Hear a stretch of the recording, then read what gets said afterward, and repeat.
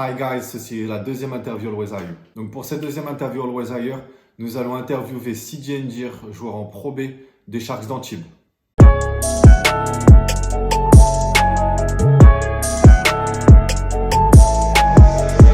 Salut à toi CJ. Ça va, Luc, tranquille. Donc tu es né le 23 juin 95, tu fais 1m91, tu joues meneur de jeu et actuellement tu es en Pro B aux Sharks d'Antibes. Exactement, exactement. Donc raconte-moi un peu ton CV. J'ai commencé vraiment très très très jeune, peut-être autour de 5 6 ans, et tout ça grâce à mon père. C'est un joueur de basket aussi, donc il m'a mis dedans très très très très tôt. De base, je voulais pas vraiment faire de basket, c'était pas mon truc. Moi, j'aimais plus les sports de combat. Donc au final, j'ai commencé le basket, baby poussin, poussin, et en alternance, je faisais d'autres sports, mais j'ai vraiment accroché à partir de poussin.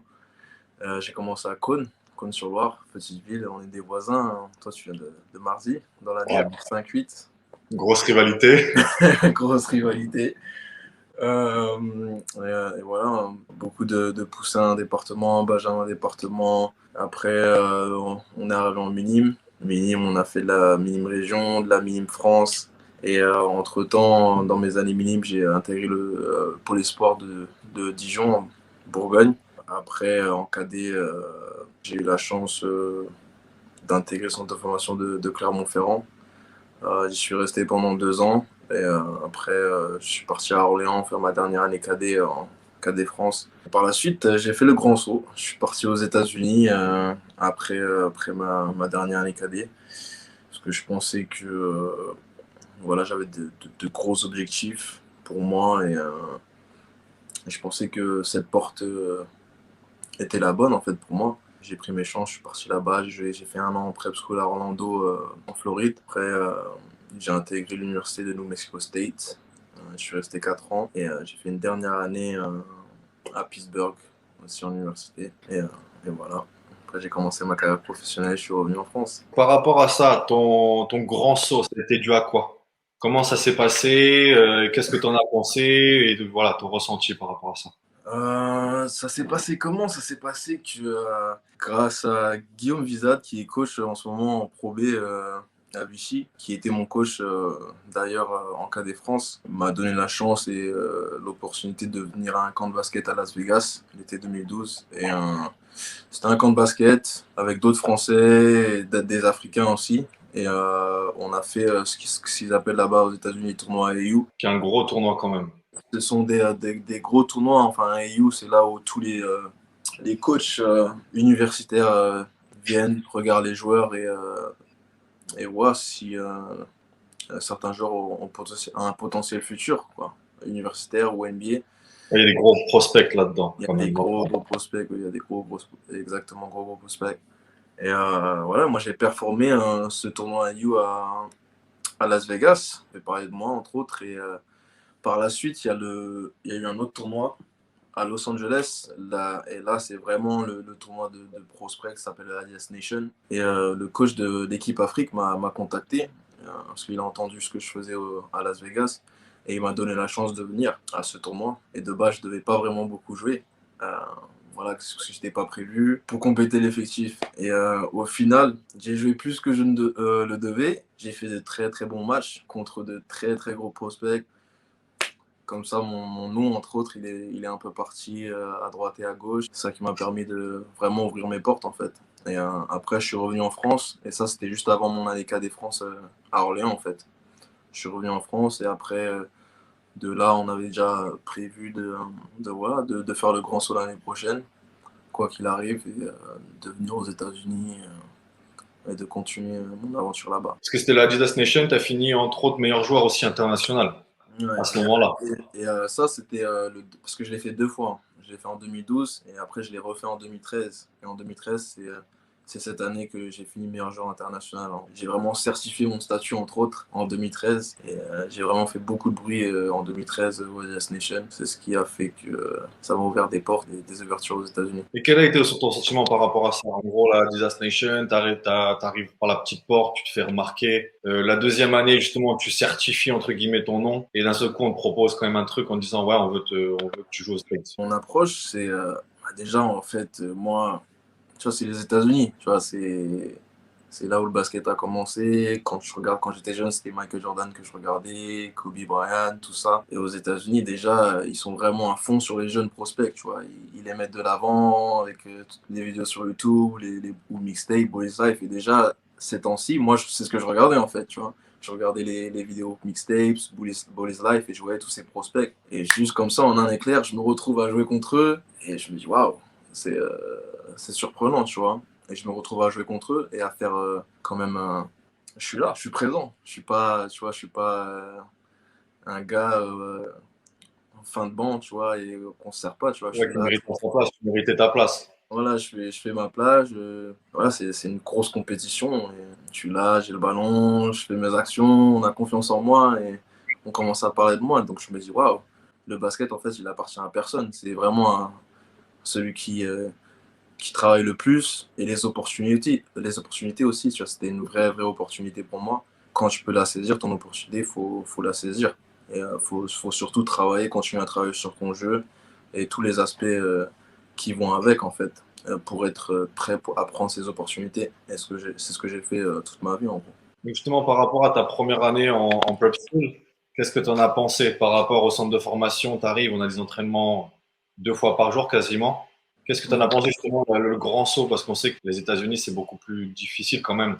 Il y a beaucoup plus de compétition. C'était un petit choc. Après, quand je suis arrivé en prep school, tu vois, vu que j'avais déjà joué contre beaucoup de prospects, je m'attendais à un niveau de jeu élevé, tu vois. Mais c'est un peu différent là-bas, tu vois. Tu peux avoir, vu qu'il y a beaucoup d'écoles, beaucoup de prep school, high school, tu peux avoir un prospect dans une équipe et c'est lui qui fait tout, ce qu'il veut en fait, tu vois. Après, le reste de l'équipe c'est pas des gros joueurs, tu vois. Tu peux t'adapter. Après moi, ma prep school, on avait beaucoup d'Européens dans ma prep school. On avait un autre prospect, un Égyptien, il faisait 2 m 16, il me semble. Je crois qu'il a terminé à Louisville. Et voilà, c'était vraiment intéressant. On avait quelques Américains qui ont fini en D1 aussi. Mais quand tu arrives et que tu vois, tu joues les matchs et même les entraînements, c'est vraiment de la compétition parce que c'est des joueurs qui veulent avoir cette chance en fait. Ils ont une opportunité, ils doivent la prendre. Et les entraînements, c'est très intense. C'est compétitif, de malade. Il y a beaucoup de tension des fois. C'est franchement différent de la France. J'ai l'impression que la France, tu vois, quand tu es dans des centres de formation, tu es là, pas vraiment du chouchoutage qu'on te fait, mais tu chill un peu. T'es un peu intouchable, entre guillemets. T'es dans une structure où t'es intouchable. Voilà, t'es vraiment dans une zone intouchable et t'es là, tu vois, t'es dans l'équipe, alors que quand t'es en prep school ou en université, ta place, elle peut sauter juste comme ça, tu vois, parce qu'il y Il a n'y a un pas de gars place qui... définie. Moi, j'ai compris ça rapidement qu'il n'y avait pas de place définie. C'est tu fais une semaine de merde à l'entraînement, tu es sûr de pas start. C'est ça, tu es sûr de pas start. Et ça, il n'y a pas de... Que tu sois un junior, senior, tu vois, moi j'ai vu des freshmen sauter des seniors, tu vois, parce que les seniors, ils sont reposés sur leurs acquis, ils étaient tranquilles, ah, c'est un freshman, c'est bon, tu vois, le freshman, il est venu à l'entraînement, il la graille, tu vois. Ouais, lui, il était motivé. Il était motivé, il a pris ça pas juste comme ça, tu vois. C'est pour ça que je t'ai dit tout à l'heure, le basket, il n'appartient à personne en vrai. Vraiment personne. Celui qui veut travailler le plus et qui se donne, c'est lui qui va vraiment concrétiser par la suite, tu vois. Est-ce que toi, ça t'a choqué? Il y a eu un choc. Par exemple, tu arrives à l'entraînement, il y a peut-être un exo ou un truc que le coach a dit qui t'a choqué par rapport à la France, hein. Après, bah, je pense que c'était plus le travail individuel. Il y avait vraiment beaucoup plus de travail individuel aux États-Unis. Et vu que c'est vraiment beaucoup d'un contre un, en vrai, on va pas se mentir, c'est beaucoup d'un contre un.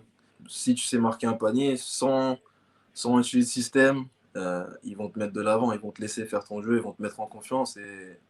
Et voilà, tu vois, ça c'était la différence entre l'Europe. Je pense que c'était beaucoup plus de système et ils passaient moins d'heures sur le travail individuel, je pense. Après, c'est mon point de vue. Après, j'ai pas fait les gros centres de formation comme tu as la chance de faire.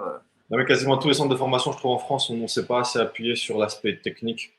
C'est On ça. nous a renfermés sur des systèmes, on nous a appris à jouer des systèmes. C'est Par ça. contre, avoir un vrai Q basket, en gros, on nous a appris vraiment à avoir un Q sans passer par le shoot, courir correctement, sauter correctement, Ouais, c'est ça. driver correctement. Même si on le fait, je trouve qu'on ne le fait pas assez. C'est ça, on ne le fait vraiment pas assez. Et en France, on a vraiment du potentiel, c'est ce que je disais à un de mes amis il y a pas longtemps. on a le potentiel de le faire, on pourrait vraiment, vraiment dominer partout dans le monde en vrai. Mais ouais, c'est ça qui m'a choqué en fait, c'est le travail individuel qui m'était et aussi le physique.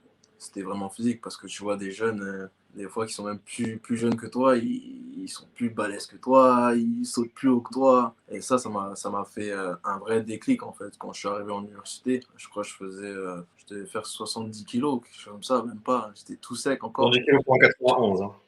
Ouais, ok, ouais. C'est très, très sec. J'étais vraiment, vraiment sec et première semaine d'entraînement, je l'ai vu, tu vois. Tu vois, les seniors, ils te le font comprendre que tu vas pas nous prendre notre place. Tu vois, on va te mettre des coups, on va te prendre tout terrain s'il le faut, mais tu vas pas venir et penser que voilà, tu étais en prep school, tu as fait ci, tu as fait ça, tu es allé à la Nation, que ton nom il soit sur la draft ou pas. Nous, on va venir, on va te montrer tous les jours que voilà, ça va pas être le pays des bisounours ici, tu vois. Ça, c'était ta première année en D1. Première année en D1. Et ma première année en D1 encore, j'ai même pas eu la chance de la jouer vu que j'ai du red shirt, mais je m'entraînais et juste avec les entraînements, ils m'ont fait comprendre, tu vois. Ouais, donc la première année redshirt, pour expliquer aux gens, c'est vraiment une saison où tu peux pas jouer au basket.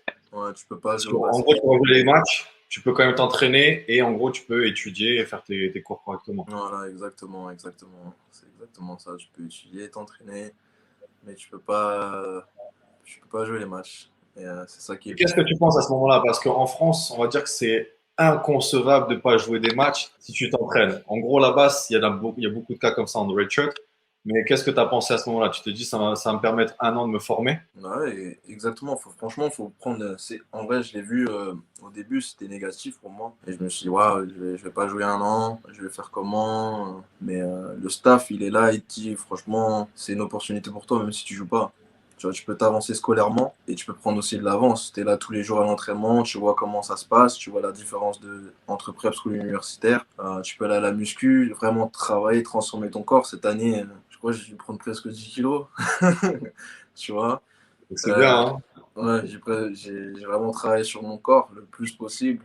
Et voilà, je faisais des films, je regardais les matchs avec les coachs et je pense que ça m'a un peu aussi fait grandir, tu vois. Être patient, dans la patience, ça m'a fait grandir. Et, de comprendre que voilà, chacun a son temps en vrai. Tes opportunités, des fois, elles vont pas être là tout de suite, mais quand elles vont être là, faut savoir les saisir. J'ai pris mon temps, je me suis développé. Et, j'ai comme comment dire, eu de l'avance sur les autres joueurs qui arrivent fresh, tout frais de high school et qu'ils ont des difficultés avec leur première année, tu vois. Parce que ça arrive, des fois, le choc est tellement fort. High school ou prep school, tu joues encore, comme je dis, encore avec des gamins C'est ça, qui sont pas physiquement prêts. pas Que physiquement.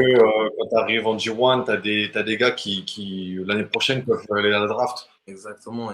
Et des fois, ça dépend. Quand je regarde les conférences comme la conférence de SEC, où il y a enfin, ouais, il y a les Florida, la plupart des joueurs à Florida, quand je regardais les matchs, je me dis, mais lui, il a un an plus que moi. Et c'est des gars, ils sont, tu vois, physiquement, c'est des Bon, monstres. C'est des monstres. Et je me dis, mais ils font quoi à la muscu? Qu'est-ce qu'ils mangent? Et après, je vois, des fois, ils sortent des petites vidéos, mais tu vois que c'est vraiment un travail incroyable qu'ils mettent à la muscu. C'était vraiment comme si c'était à l'armée, en fait. et véridique, après avoir fini ma JUCO, avant de rentrer en France, il y a un gars de l'armée qui a essayé de recruter tous les joueurs qui sortaient. Parce Ouais, que physiquement, on est prêt. Parce que tu te lèves à 4 heures du matin pour courir, à 6 heures tu fais ta muscu, tu vas en cours après, pour eux, tu es prêt. c'est ça, t'es prêt. Tu fais des choses que la plupart des gars ne font pas, en fait. T'es prêt, c'est vraiment là. En muscu c'était beaucoup plus intense. Je sais pas toi, mais en France, je trouvais qu'on faisait 45 minutes de muscu. Après, tu partais t'entraîner. Là-bas, c'était des séances d'une heure trente et des fois, ils te rajoutaient, ça peut être du renforcement musculaire à la fin un petit peu alors que tu as fait une séance d'une heure trente. Les entraînements, après nous, la muscu, c'était, ouais, ça devait faire une heure et quart. Et c'était intense, tu vois. Tu vois, c'est le genre de Vraiment, muscu, c'est vraiment, ils te forment vraiment pour être un soldat, en vrai. Tu vois, quand tu vas d'une machine à une autre, tu dois pas marcher, tu dois courir, trottiner, courir. tu trottines, tu dois tout faire rapidement, être dans l'explosivité. Et là, tu sues comme jamais. Quand t'es à la muscu, c'est genre Ah, tu prends ton incroyable. t-shirt, tu le tournes comme ça et ça goûte. Ça goûte. Et après, on te dit, t'as 1 heure et demie d'entraînement juste après. C'est vraiment un autre monde, je pense. C'est vraiment un autre monde. Après, ils ont les kinés, ils ont tout ce qui va avec, tu vois, pour. Oui, ils ont la côté, je trouve que c'était vachement bien structuré, que ce soit que tu sois en high school, en prep school ou même après JUCO J1. Mhm. Ils ont vraiment les infrastructures à côté. On avait les bains de glace, on avait le kiné si tu avais un problème, tu avais pas les sièges chauffants, mais tu avais vraiment les plaques chauffantes. Ouais, les plaques chauffantes que je pouvais mettre. Ouais, infrastructure, tu vois, il y a rien à dire. Ils vont prendre soin des joueurs et ils savent déjà que, tu vois, avoir un travail intense comme ça, c'est dur pour le corps, tu vois, mais ils vont faire en sorte de te mettre bien, en fait. Et c'est ça que j'ai vraiment apprécié ça aux États-Unis, tu vois. Parce Parce que qu'au je sais pas final, si les coachs te l'ont dit. À un moment donné, il y a un de mes coachs qui m'a dit il y a une différence entre la douleur et en gros vraiment la blessure. ouais, on entend souvent celle-là. Je pense que tous les coachs vont essayer de la sortir au set, surtout pour les étrangers qui arrivent, qui se disent ouais, tranquille, ouais, j'ai un petit peu mal. Ouais, mais est-ce que c'est une petite douleur ou c'est vraiment t'es blessé? Une blessure, ouais. On l'entend souvent, celle-là. C'est un autre monde, hein. C'est un autre monde. Souvent, t'as des petites courbatures, tu te sens pas trop frais, t'es là, j'ai mal, tout ça, mais est-ce que je vais pouvoir y aller? C'est pour ça que quand tu arrives en Europe, au début, on ne t'apprend pas vraiment à vraiment prendre soin de ton corps. Et souvent, ça, aux États-Unis, on me disait, ouais, tu dois prendre soin de ton corps, il vaut 1 million de dollars, tu vois. Parce que c'est ça qui va te faire rapporter de l'argent hein, au final à Ah, la fin. exactement, c'est ça. Franchement, c'était ça le plus choquant, hein. Tu te lèves à 5 heures du matin, 6 heures, tu dois être à la salle, t'es là, t'es dehors, tu pousses des voitures, tu fais de la boxe. 6 heures du matin, t'es là, c'est vraiment intense. Après, on te dit, tu vas faire de la course pendant 30 minutes, tu montes tous les escaliers de la salle, les salles elles sont immenses, t'es là, tu montes les escaliers, t'as des poids sur la tête, tu fais des 1 km avec un poids de 10 kilos comme Ouais, où tu ça. soulèves tes coéquipiers, tu prends tes coéquipiers sur les épaules et tu fais des longueurs. Exactement, C'est pas là où justement tu es le plus soudé. Après, tu gardes vraiment contact avec tes teammates, c'est vraiment tes partenaires. exactement, Tu gardes parce que ça, c'est des moments que tu peux pas oublier, en fait. C'est des choses, ça te forge, tu peux pas l'oublier. Et justement, le fait d'avoir tes coéquipiers avec toi et de faire tout ce travail, ça peut que te souder, en fait. Tu vois, et ça, ils implémentent, et ils ont je perds mon français. Ils ont fait en sorte que les coachs, que voilà, on soit une famille et que même si on est un passage, on soit dans le dur, tu peux parler avec ton coéquipier, tu vois, que ce soit vraiment une famille, tu vois, que tu peux compter sur lui et qu'on s'encourage tous les jours, même si les jours sont durs, parce que en vrai, il n'y a pas que toi. Tu peux te lever le matin et se dire, ah, putain, j'ai pas envie de m'entraîner, c'est dur. Et dis-toi qu'il y a ton coéquipier, c'est la même chose à côté, parce qu'il C'est vient ça. de faire le même travail que toi, tu vois. Et c'est pour ça que voilà, tu peux compter sur lui et il faut se relever entre nous, on se relevait tout le temps, tu vois. Même si on voulait prendre la place d'un tel, c'était vraiment affectif au final, tu vois. C'était du travail, on se poussait pour se rendre meilleur et ça, c'était important, tu vois. Je pouvais pas venir à l'entraînement et dire ouais, je vais y aller qu'à 20% parce qu'au final, tu te fais pas travailler toi et tu fais pas travailler ton gars à côté. Ouais, c'était de la bonne compétition, je trouve. Quoi. C'était de bon challenge à chaque fois. C'était vraiment de challenger l'autre. Si toi, t'es meilleur, l'autre va dire, ah, il est meilleur que moi, je vais essayer d'aller meilleur que lui. Et ainsi de suite. Et c'est comme ça après qu'on peut faire des vrais joueurs. Je trouve. Exactement. Et c'est comme ça que ton équipe, elle sera au-dessus des autres équipes aussi. Que même si tu startes ou que tu es un bench player, il n'y aura vraiment pas de différence. Et la plupart des équipes en université, c'est ça en fait. Tu vois. Il y a des équipes, tu joues dans la conférence des SEC, tu peux pas genre te dire ah, c'est un gars du banc, bon, je vais chiller un peu, tu vois. Parce le gars du monde peut très bien transférer ailleurs et être un C'est vrai ça, starting five. c'est ça, exactement. Et même il peut sortir du banc, mettre 20 points, tu vois. Et ça, c'est arrivé quand on fait des scoutings sur des équipes, tu vois, on se concentre la majorité du temps sur le scouting on se focus sur le starting five, mais tu vois, et on dit, ah, le gars du bench, il peut faire ci, ça, ça. Et des fois, c'est le gars du bench, il te sort un gros match, tu vois. T'es là, tu regardes le coach, t'es là, tu regardes, t'es là. Le coach, il est là. C'est parce qu'on a appris, hein. C'est parce qu'on C'est des 100 000, you know? Et, c'est ma faute, c'est sur moi. Mais ça, tout le monde, en fait, du starting five au banc, tout le monde est dangereux. Tout le monde est dangereux parce que c'est vraiment de la rigueur, de la discipline, je pense, aux entraînements qui fait que tout le monde est dangereux, tu vois. Tout le monde veut, comment dire, jouer dans les plus grosses ligues, la NBA, l'Euroleague.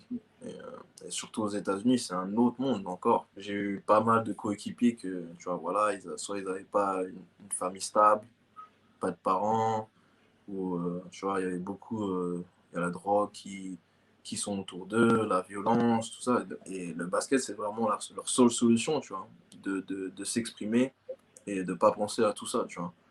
Et c'est peut-être leur seule solution de réussir leur vie. Donc c'est des gars, tu vois, ils se lèvent le matin, ils ont que ça en tête, tu vois. C'est encore beaucoup plus impressionnant. Franchement, j'ai vu des gars, j'étais vraiment impressionné de leur niveau de jeu et de leur niveau de cœur, en fait. Et, quand tu vois des choses comme ça et que tu t'entraînes toujours à des gars comme ça, tu peux que devenir un meilleur joueur. Tu peux que être motivé par leur parcours. C'est ça. C'est Parce que ça. je trouve qu'en France, on est quand même pas mal. Enfin, même si y en a qui viennent des bâtiments, il y en a qui ont galéré avec leur famille, même si la famille a été recomposée, qui vivent seuls avec leur mère, je trouve qu'aux États-Unis, il y en a beaucoup plus de cas comme ça. Ouais. Surtout ouais, aux États-Unis, c'est incroyable. c'est Chaque fois que je parlais avec eux, tu vois, on faisait des team bonding, et j'apprenais à connaître mes coéquipiers. Chacun me disait leurs histoires un peu, c'était. J'ai waouh, Toi, tu te dis, bon, bah, moi, ma vie, au final, elle est bien, hein. elle est super ma vie, elle est tranquille. Elle est... Et justement, par rapport à ça, parce que même on parle de. Nous, on n'a pas la carotte, je trouve, sous le nez en termes scolaires. Mhm. C'est-à-dire qu'on ne te demande pas d'avoir des résultats. Aux États-Unis, on te redemande d'avoir un minimum de GPA, donc un minimum de notes. Et ça varie de chaque école. Il y en a, ils te demandent 2,5, donc ça équivaut à un C, un C+. C'est ça, Et et ça après, il y en a c'est. qui te demandent beaucoup plus. Ouais, surtout si tu veux jouer dans les meilleures universités, quoi. Il y a les meilleures universités, surtout comme moi, j'ai pas pu aller à Texas A&M et je devais avoir un GPA très très élevé, tu vois. Il y a eu comment, un petit souci avec mon bulletin de France, alors que tu vois, j'ai eu mon bac ES, mais apparemment, vu qu'ils ont converti mon bulletin de la France aux États-Unis, et ils ont converti certaines notes, ça m'a fait genre un D, tu vois. Donc, Ouais, parce que pour eux, je crois que c'était 60. En gros, il faut que tu aies 60%. C'est-à-dire qu'il faut que tu aies un 12 sur 20 de moyenne pour avoir le minimum chez eux, c'est-à-dire un ouais, C. un C, donc tu vois, c'est. Alors que nous, un 12 sur 20 des fois, Un 12 sur 20, en moyenne générale, on va dire, bon, allez, il est pas mal, tu peux passer, t'es plutôt tu pas peux mal. À passer, 10 c'est sur ça. limite, pour eux, c'est négatif, quoi. C'est négatif. C'est genre incroyable. Alors, je me dis, et quand tu arrives, le pire, c'est quand tu arrives, ce qui m'a choqué, c'est quand tu arrives en prep school ou en université, que tu es enfin dans le système scolaire, tu travailles, tu te dis, waouh, ils vont pas accepter mon bulletin, alors que tu vois, le travail, c'est pas vraiment incroyable. Et justement, par rapport toi à la langue, à la barrière de la langue, parce qu'il y en a Ouais. beaucoup qui ont peur de partir à l'étranger parce qu'ils me disent, ouais, je parle pas du tout anglais. Mais franchement, il manque quelque chose parce que au final, c'est des cours, tu vois, hein. Tu rentres chez toi, tu peux travailler, tu fais des contrôles, tu vois, surtout, je sais pas, je pense que la langue, c'est pas vraiment un problème. Je pense que ça commence à être un problème quand tu arrives en université, sur tes années junior, senior, là où on te demande de faire des dissertations de je ne sais combien de pages. Ouais, des grosses dissertations, des gros. Tu vois, Vraiment, le final test, il était très compliqué sur ça. exactement, très très compliqué. Mais après, tu vois, moi par exemple, ma sœur, tu vois, elle fait du commerce international. Quand elle fait ses pages, qu'elle me dit, ses dissertations, c'est des 30 pages, tu vois.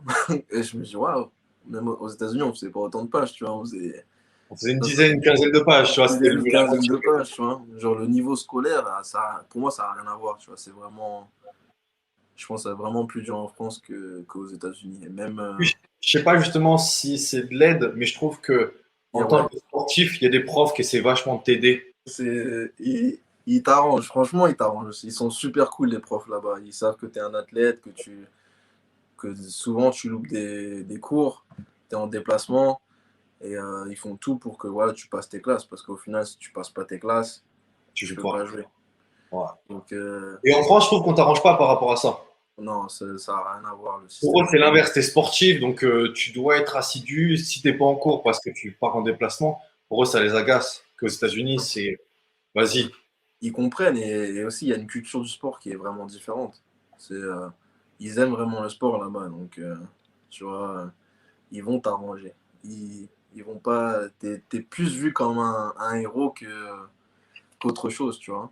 On va pas dire qu'on est des stars, mais il y a quand même on est des mini-stars à ce moment-là. Ouais, à ce moment-là, on est des. Et peu importe, voilà, peu importe l'université, je trouve que quand tu es un athlète, tu es vraiment une star en gros. Parce que t'emmènes du divertissement, t'emmènes tout, de la joie de vivre dans le campus. Quand tu gagnes, tout le monde est content, parce qu'il y a un match, tout le monde est content, tout le monde célèbre. Après, ça Que tu fait représentes l'université avant tout. ça. C'est super important pour eux, tu vois. Et, ouais, les profs, ils m'ont vraiment arrangé la plupart du temps, tu vois. Ils m'ont vraiment aidé.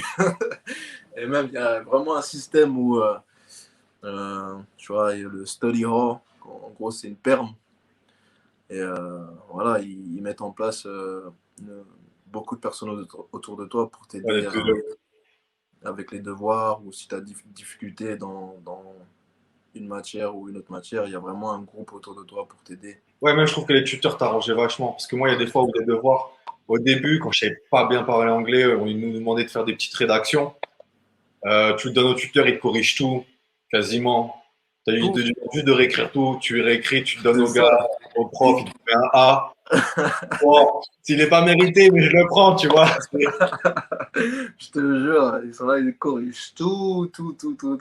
Et même s'ils corrigent tout, en fait, au final, parce que tu te relis, certes, ils t'aident, mais Tu relis, c'est de comprendre, tu puis à un moment, relis et t'apprends. Et ça te permet au final, après, tu peux te débrouiller tout seul. donné, tu t'es blessé. Ouais. C'était t'as quelle année? Enfin, t'as quelle saison? Et ma sophomore year, ma redshirt sophomore year. Et c'était l'année où c'était ouais, au bout du 10e match.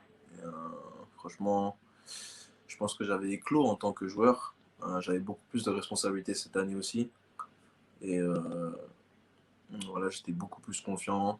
Euh, je pensais vraiment que ça allait être une année tremplin pour moi. Et que à la fin de saison, j'aurais pu tu vois, faire des tests pour la draft ou autre. Tu vois, vraiment que ça aurait pu ouvrir des portes. Mais malheureusement, je me suis blessé. Et voilà, mentalement, ça a été Donc, très c'était ta dur. troisième année. Ouais, c'était ma troisième année, Parce bah, que t'as ma fait deuxième. redshirt, Ouais, freshman, sophomore, donc c'est la troisième année à exactement. New Mexico State. Et Mhm. qu'est-ce que tu as ressenti en te blessant? Est-ce que tu as été justement, parce qu'on souvent on tombe un peu plus dans le bas, on a du mal à se relever, est-ce que tu as été accompagné par rapport à ça? Franchement, c'était dur, hein. C'était vraiment dur.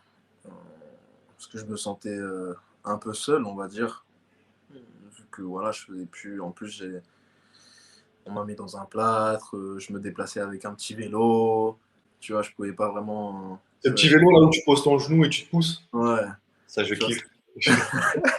c'était vraiment dur, tu vois. Je me déplaçais pas à la même vitesse que les autres. Des fois, je devais me lever plus tôt le matin pour me préparer parce que, tu vois, c'était galère. En plus, je vivais, mon appartement, c'était à étage. Et on n'avait pas vraiment d'ascenseur dans notre bâtiment. Donc, je laissais le vélo en bas, un gars qui habitait en bas. Et je montais à cloche-pied, tout Ah ouais, ça. galère. C'était vraiment la galère. Et tu vois, pendant que je voyais les gars qui jouaient les matchs, qu'ils allaient en déplacement, et même je pouvais pas aller en déplacement, tu vois. Ils me disaient de rester, faire la rééducation, tout ça. Donc, c'était Ça t'a pris vraiment. combien de temps? Ça m'a pris. Au départ, je devais être en arrêt pendant 3 mois. Tu vois, je devais en arrêt pendant 3 mois. Et tu vois, comme tu as dit, les coachs là-bas, ils disent est-ce que tu es blessé ou est-ce que c'est une petite douleur, tu vois. Ouais. Alors, je pense que voilà, on n'a pas vraiment géré. On est revenu, comment dire, un mois en avance. Et, ça, je regrette souvent ça, tu vois. On est revenu un mois en avance et au final, bah, je me suis répété quelque chose dans le pied. Et, donc, j'étais en arrêt pendant 10 mois, en fait, au final. Pendant 10 mois, donc la saison, elle Ouais, était puis finie. généralement ils poussent. Je trouve que les coachs poussent énormément pour Ouais. récupérer. Ouais, et, Quand tu as des responsabilités dans l'équipe, ils te demandent de reprendre vite et généralement ça crée des embrouilles parce que le kiné, généralement, soit il veut, soit il veut pas. Ouais, Mais c'est souvent des embrouilles avec le coach. Il te dit, ouais, je veux qu'il reprenne. Ouais, le kiné, il te dit, ouais, mais il lui manque encore quelques mois, quelques semaines, quoi. c'est ça. Et Et toi, tu as envie de reprendre aussi, et puis de pas il y avait penser à ça. beaucoup, ouais, exactement, il y avait beaucoup de tension. C'est entre le kiné, tu vois, ça se voyait qu'il était sous tension, il me parlait plus trop, tu vois. Quand, il, quand je disais que j'avais mal encore, tu vois, il était là, il était plutôt, tu vois, sceptique. Ouais, il graisse des dents parce que derrière, il se fait bousculer par les coachs, hein. C'est ça, le coach, il est là tous les jours, il arrive vers toi, il te demande, ah, c'est comment, tu sens comment, t'es bien, tu penses que tu pourras revenir d'ici quelques semaines, il t'envoie des messages, hein, tout ça. Il te met vraiment un coup de pression, tu vois, mais je dis, gars, je vais essayer de revenir comme je peux. Et ça m'a fait grandir aussi, c'est une autre expérience, tu vois, de comprendre que voilà, tu vois, ton corps, c'est important, tu dois le respecter et tu dois écouter ton corps. Tu vois, malgré ce que le coach fait, s'il pousse, malgré l'IRM ou l'échographie, ce qu'ils disent, tu vois, au final, tu dois écouter ton corps. Et je pense qu'on doit prendre plus de temps à, voilà, à écouter le joueur. Parce que mentalement aussi, ça peut virer très très vite, tu vois. Parce que moi, tu vois, j'étais prêt, je me dis, allez, je vais essayer de rejouer, tac, tac, et boum, je me répète le truc. Et on me dit, voilà, là, tu es en arrêt pendant 10 mois, tu as eu de la chance, tu aurais pu te faire une opération, mais là, on va te mettre en arrêt total, tu vas prendre ton temps, et Donc là, ouais, c'est quasiment plus d'une saison après, hein. C'est ça, beaucoup plus long. c'est beaucoup plus long. Et là, je dis, waouh, j'ai loupé beaucoup de choses. Et en plus, là, c'était un nouveau coach qui est arrivé dans mon université, donc j'avais plus le même coach. Donc tu te dis, waouh, je vais devoir revenir, reprouver encore que j'ai cette place dans l'équipe, que je peux faire ci, ça, ça. Et, tu vois, même si tu es revenu, au final, tu n'as plus les mêmes sensations. Et tu as encore, comment dire, encore quelques mois pour récupérer toutes tes sensations, tu vois, et vraiment plus avoir de douleur. Est-ce que tu as justement la peur de la blessure? À un moment donné, enfin, tu as un blocage à ce moment-là? Bah ouais, j'ai eu un blocage. J'ai eu un blocage quand je suis revenu. Parce que après chaque entraînement, tu vois, j'avais encore une grosse douleur, tu vois, mais voilà, il n'y avait rien de cassé. Et je pense que c'était vraiment du renforcement musculaire, beaucoup plus de renforcement musculaire à faire. Et, voilà, et, tu vois, le kiné il m'a expliqué que ouais, tu vas pas, ça va prendre un peu plus de temps, tu vois. Ton corps, ça fait 10 mois, t'as rien fait, et il y a vraiment beaucoup de tension. Il faut qu'il se réhabitue à l'intensité de travail que tu mets, tu vois, et ça va prendre un peu de Ouais, puis temps. les muscles, ils sont pas HS, mais ils sont bien enfin, ils sont bien ramollis, ils sont bien, voilà. C'est ça, Pour il y a une ça. intensité de travail. Et tu vois, moi, je suis un joueur athlétique aussi, donc il y a des choses que tu vois, j'avais peur de faire.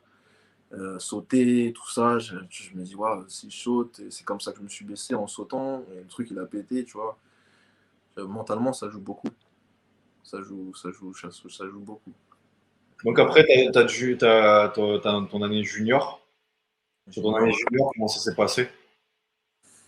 mon année junior, bah ouais, c'était Après l'année, blessure, justement. non, c'était l'année après blessure. Et comme je te dis, il y a encore une période où tu es là, tu réapprends à bouger, parce que j'ai même pas fait la pré-saison au final, tu vois. J'avais même pas, Ouais, t'as dans loupé les quand même. juniors, j'ai même pas fait la pré-saison, donc je suis venu.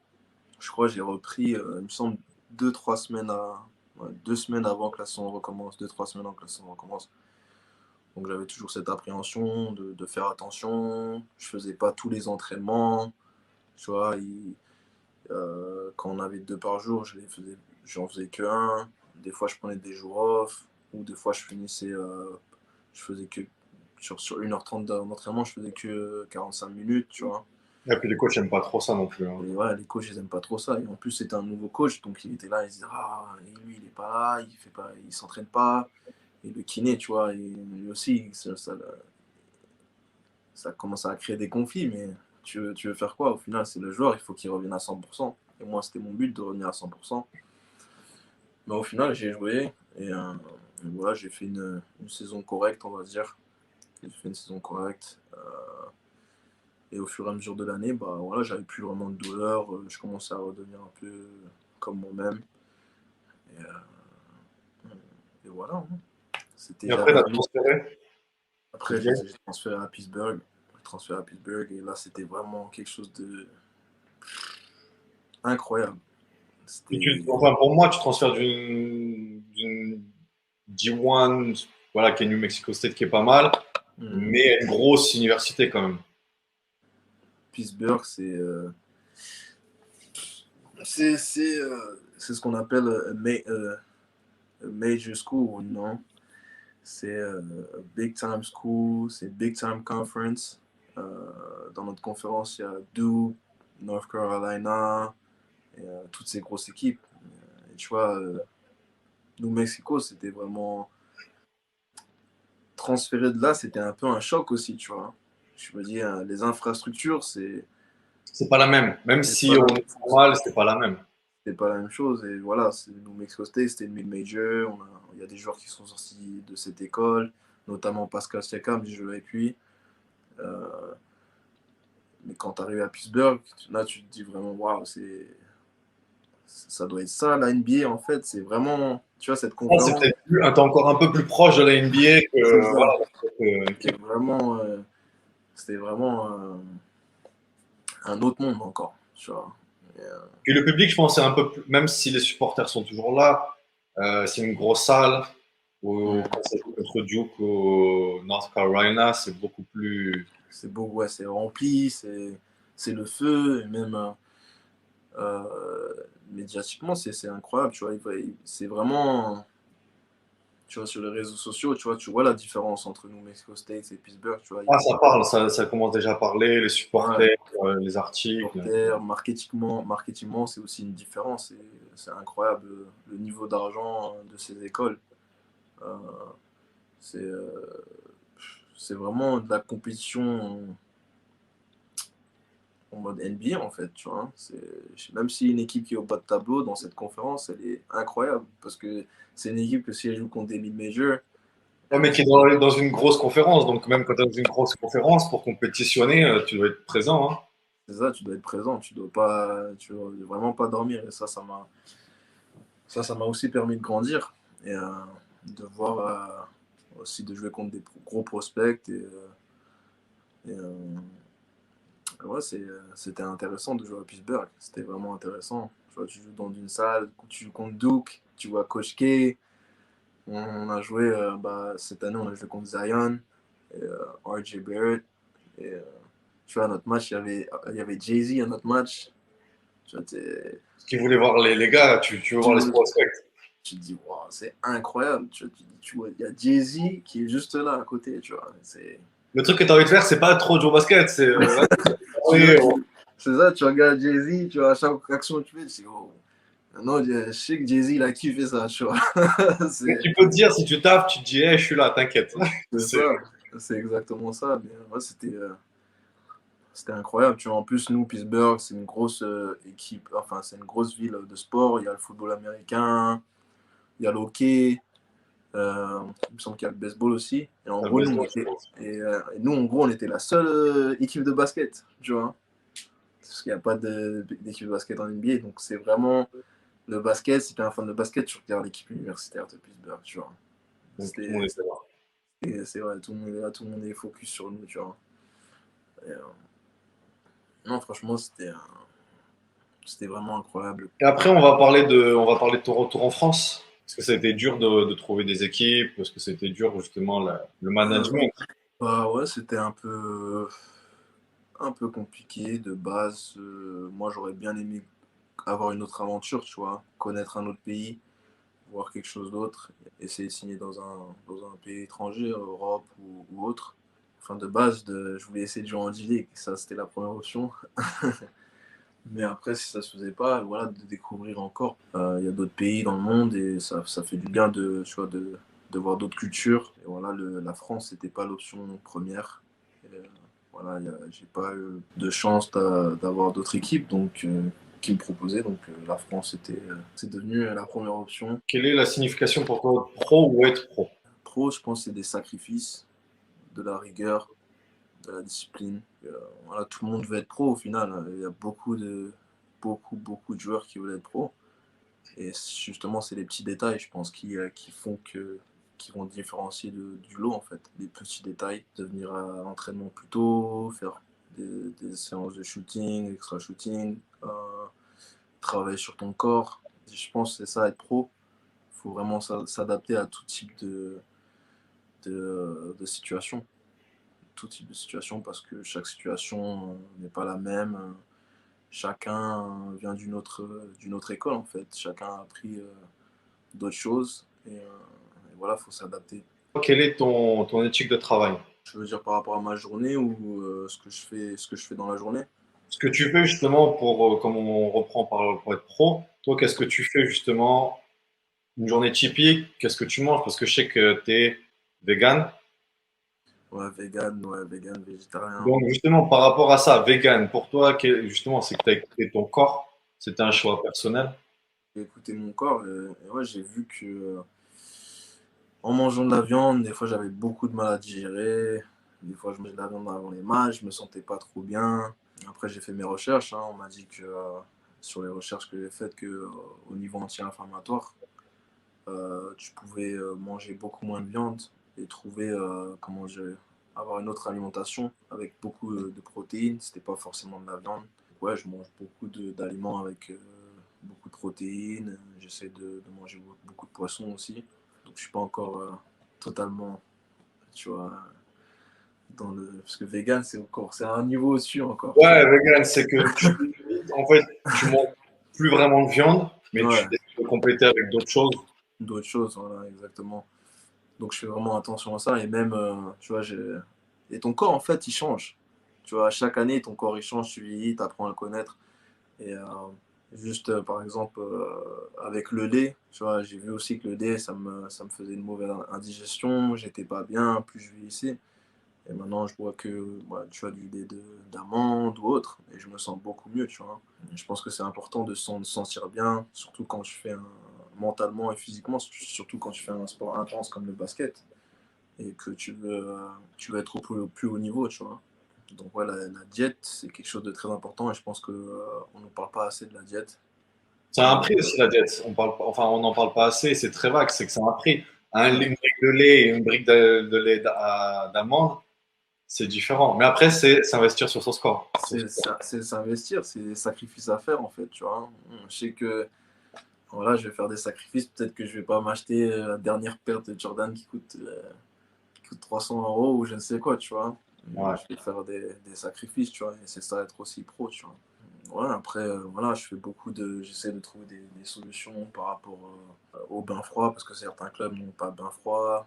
Là, on a la chance d'avoir la mer ici à Antibes, donc Donc, ouais. Donc, tu y vas tout de suite. je vais à la mer, je me baigne. Ou sinon, voilà, on a quand même de la glace.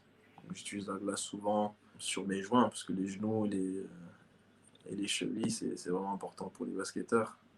On doit rester frais, en gros. On doit rester frais Est-ce que tu pour. as des accessoires, des pistolets, des. Ouais, j'ai un pistolet. Je sais pas où je l'ai mis. Je crois qu'il est là. Ouais. J'ai un pistolet, j'ai investi dans un pistolet. Là, j'allais comment dire, acheter un Compex. Et j'aurais bien aimé investir sur un Game Ready, mais, ou autre. Mais Justement, j'en ai parlé dans la vidéo précédente avec Alexis Racine. mhm, Tu connais. Il en a acheté un et il m'a dit justement au début, quand les gens te parlent et te disent ah ouais, quand même ce prix-là, mais c'est ce qu'il a dit, c'est qu'il a investi dans ça. c'est ça. Des fois, et surtout, voilà, surtout à ce niveau-là, tu vois, c'est compliqué, tu vois. On n'a pas, comme tu dis, en France, on n'a pas vraiment les infrastructures. Ils mettent pas vraiment de temps, je pense, assez de temps sur comment dire, le bien-être physique des joueurs. J'ai l'impression, c'est mon ressenti, tu vois. Et voilà, après, c'est comme je t'ai dit, être pro en Europe, c'est vraiment beaucoup de sacrifices, je pense. Si tu veux durer, ce sera beaucoup de sacrifices, beaucoup d'investissements sur toi-même, si tu veux durer. Voilà, ouais. Alexis, il a investi sur un Game Ready. Je l'applaudis. J'espère que je serai le prochain. On verra ça. Et voilà aussi, tu vois, j'ai des bandes, je m'étire souvent. Voilà, j'essaie de même avoir des masseurs sportifs. Voilà, quand je sens que mon corps il est voilà, en train de plonger, que j'ai beaucoup de courbatures, tu vois, je me fais un petit rendez-vous, je vais là-bas Voilà, ils me remettent un peu d'aplomb. Ça fait toujours du bien, tu vois. Je sais que tu peux te faire une petite séance de 1 heure pour voilà, 50 euros. Si c'est pour C'est moi, un investissement sur le corps. voilà, on va le faire. Et, après, même, des fois, je me fais des petites séances de yoga, tu vois, dans la semaine. 2 séances de yoga, tu vois, 30 minutes. Juste même 30 minutes de yoga, c'est assez, tu vois. Ça te fait du bien, tu sens la différence. Je pense que c'est super important, super important. Mentalement aussi, le yoga, ça t'apprend à respirer, à prendre, voilà, tu vois, à être, comment dire, un avec toi. On va dire À ça, trop je sais centrer pas. sur toi-même. Voilà, te concentrer sur toi-même. Tout ça, c'est important pour être pro, je pense, dans ce monde. Et la dernière question, c'est où est-ce que tu te vois dans 3 ans, dans 10 ans et dans 15 ans? Ouf, dans 15 ans, Déjà dans 3 ans, dans 3 ans, où est-ce que tu te vois? déjà dans 3 ans, j'aimerais être au plus haut niveau. Si je pourrais être, que ce soit NBA ou Euroleague, j'aimerais performer à ce niveau-là, tu vois. Et souvent ce que j'ai remarqué dans ma carrière, tu vois, la plupart du temps, quand tu as des gros objectifs, tu as souvent des gens à côté de toi qui disent ah, c'est pas possible, Les ça haters. n'arrivera pas. Tu vois, non, tu pourras pas, tu vises trop haut. Mais en fait, tu es obligé. Tu es obligé de viser aussi haut, tu vois. Tu es obligé de. Parce que si tu vises pas haut, à quel niveau tu vas aller en fait? Tu vois, Ouais, si faut tu as toujours pas. viser plus haut, quitte à redescendre un petit peu tes C'est objectifs, ça. et au moins tu seras quand même bien haut comparé Bien, à. bien haut, c'est ça. Et tu vois, si tu. Cet objectif, tu vois, on m'a toujours dit même une expression qu'on m'avait dit en anglais you gotta reach for the moon, you know? Tu dois essayer d'atteindre la lune. Et même si tu n'atteins pas la lune, tu peux toujours redescendre sur les étoiles, tu vois. C'est ça, je suis d'accord avec toi. Et voilà, moi, j'ai pas peur de dire ce que j'ai envie de faire. Je sais que voilà, c'est le plus haut niveau et peu importe le temps que ça va prendre. Si c'est pas dans les 3 prochaines années, tu vois, je sais que d'ici 3 ans, j'espère, je pourrais me rapprocher de ce but. Peut-être que C'est ce ce qu'on sera te dans souhaite. 5 ans. Enfin, moi, c'est ce que je te souhaite et c'est ce qu'on espère. Dans C'est 10 ça. ans, maintenant. Dans 10 ans, j'aurai quel âge? Dans 10 ans, Tu auras quasiment 20 25, non, tu auras 35, 36 ans. 35 ans, ouais, 35 ans. 35 ans. Ouais. 35 ans. Franchement, si tout se passe bien, j'espère que je pourrai encore jouer. Je serai bien, je serai en forme parce que quand je vois des gars comme Pau Gasol qui vient de re-signer à Barcelone, là, et il a 40 ans, je me dis waouh, 40 ans, Il est bien. C'est qu'il il se est sent pas bien. content. Il est très très bien. Même Luis Scola, tu le vois, et, tu vois, il a fait des matchs, il a joué en Euroleague l'année dernière, là il est en Eurocup et il a 40 ans. Il a fait un gros championnat du monde. Aussi, il a fait un très très gros championnat du monde, mais quand tu le vois, tu dirais pas qu'il a 40 ans, tu vois. Et là, il prend des alley puis comme s'il était encore tout frais, tout jeune. Et même là, quand j'ai regardé, je l'ai comparé en NBA, ça se voit il a fait un vrai travail physique, qu'il a transformé son corps. Tu vois, il est beaucoup plus fin, je trouve, maintenant, beaucoup plus tracé que quand il était en NBA, tu vois. Le jeu a évolué. Le jeu a Ouais, énormément évolué. il a vraiment évolué, et même à 40 ans, en fait, tu vois. Donc, je pense que c'est vraiment de la volonté. Si tu veux continuer à jouer au plus haut niveau, ce sera des sacrifices, connaître son corps, et voilà, tu vois, c'est continuer à travailler. Et, quand tu vois des gars comme Paul Gasol et Luis Scola ou même Vince Carter, tu dis que tout est possible en vrai. Donc, Et donc, dans 10 ans, tu te vois vraiment où? Parce que là, tu parles j'espère. déjà, moi, je veux savoir de toi. Dans 10 ans. Moi, dans 10 ans, j'espère que je peux jouer encore au plus haut niveau dans 10 ans.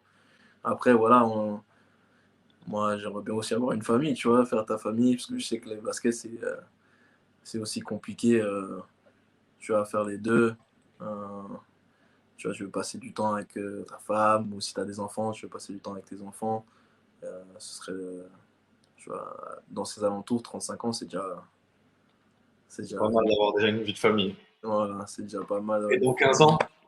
Ou même si tu veux, dans 15 ou 20 ans. 15-20 ans, franchement, je sais pas où je me vois. Mais je sais que j'ai envie d'aider les gens, tu vois. J'ai envie, socialement, j'ai envie d'aider les gens, que ce soit dans le basket ou autre, tu vois, dans la vie sociale, aider des jeunes. Et, voilà, c'est ce que j'ai envie de faire. Tu vois. Parce que je sais que tout le monde a des difficultés dans la vie, tu vois. Et je sais qu'il y a des personnes voilà, qui pensent que le monde se rabat sur eux. qui n'ont pas vraiment tu vois, de repères ou d'autres. Et moi, j'aimerais être là pour ces personnes, en fait, tu vois. J'aimerais aider aussi les jeunes en Afrique, parce qu'il y a beaucoup, beaucoup de choses à faire en Afrique, je pense. Je crois que, encore aujourd'hui, ils galèrent à avoir de l'eau potable ou avoir des habits. C'est vraiment pas normal au jour d'aujourd'hui, alors qu'il y a des gens, ils ont 90 milliards d'euros dans leur compte en banque, tu vois. Ouais, c'est ça. Et puis même nous, généralement en France ou je pense aux États-Unis, on jette les paires de chaussures dès qu'elles font un peu mal aux pieds. C'est Donc, ça. dès que la semelle est tassée, et justement, moi, par rapport à ça, il y avait Christian qui me dit non, donne-les-moi, je vais les ramener en Afrique, je vais les donner. Même s'ils font du 30, 40, je fais du 47, et on dirait, mais ils vont les mettre, tes chaussures, ils vont Ils mettre vont des les chaussettes. mettre. C'est ça, ils vont les mettre, tu vois, parce qu'il n'y a que ça qu'ils ont. Et juste le fait de, tu vois, ils ont ce plaisir de jouer au basket. Donc ils s'en fichent, en fait, de même jouer sans chaussures. Tu vois, ça, c'est juste l'amour du sport, tu vois, et de se donner, quoi. Et moi, je pense que, voilà, on devrait leur donner ce qu'on a, en fait, tout simplement. Leur donner les chances de ce qu'on a eu, en fait. Et il y avait même, je crois que c'était la semaine dernière, il y avait un de mes anciens coéquipiers, il vient du Nigeria. Et depuis qu'il est arrivé aux États-Unis, je crois qu'il a eu presque 500 paires de chaussures, tu vois. Mais il est récolté de tout le monde, en fait. Tu vois, tous les gens qui Lui, les... il va faire une grosse valise, il va l'envoyer. Hein. C'est ça, tous les gens qui les jetaient, qui voulaient pas, il les a récupérés et boum, il les a envoyés au Nigeria direct. Et, tu vois, juste ça, c'est super important. Tu vois, C'est énorme. Hein. juste avec ça, tu peux changer la vie de quelqu'un, en fait, je trouve. Il y a beaucoup de choses à faire. Et je pense que les gens, ils ont pas encore conscience de ça et c'est dommage, en fait. C'est dommage. Donc, dans 15-20 ans, tu dois aider justement un peu près Aider, ça. voilà. Si je pouvais aider, c'est ça que je veux faire. Aider. Comme mon père, tu vois, il aime faire ça, il aime aider les gens, parler avec les gens. Et, voilà, j'ai eu ça de lui, tu vois, d'essayer de tout faire pour les gens, tu vois, de les aider. Moi, justement, il ne veut pas partir à la retraite parce qu'il est encore en train d'aider des gens. Quoi. C'est ça qu'il aime faire. Il veut pas partir à la retraite, c'est ça qu'il aime faire. Il aime parler aux gens, avoir tu vois, ce sentiment de, voilà, on est tous unis. Et c'est ce qui nous rend humains, en fait. C'est ça qui nous rend humains. Et, l'entraide, je pense, c'est ça qui est important dans ce monde. Peu importe ta religion, peu importe ta couleur, peu importe. On est tous, à l'intérieur de nous, on est tous pareils. Hein. On a le même nombre d'os, le même nombre d'organes. On cherche tous notre bonheur, quoi qu'il arrive, qu'on ait n'importe quelle Ça, religion, n'importe quelle couleur, on cherche notre bonheur à nous. le bonheur, on le cherche tous, et je pense que c'est en s'entraînant qu'on va le trouver. Pas autrement, pas en étant égoïste ou autre. Moi, je pense qu'on peut finir sur ça. Hein. Là, c'est la phrase parfaite pour finir sur ça. Mais moi, je te remercie de m'avoir eu sur ton petit podcast. Always Higher, toujours avec la force. Tu connais, on se connaît depuis longtemps. C'est la famille, toujours. Et voilà, mec. Hein. Super, super fier de toi, surtout de savoir d'où on vient et de savoir ce que tu as vécu aussi. Et on sera toujours ensemble. Gros. Donc, merci. N'oubliez pas de mettre un like. N'oubliez pas de s'abonner à la chaîne, c'est important et ça donne de la force. Yo, abonnez-vous. Too many people be calling my phone, but I never be picking it up. Got everyone that I need in my circle, I never be going and switching it up.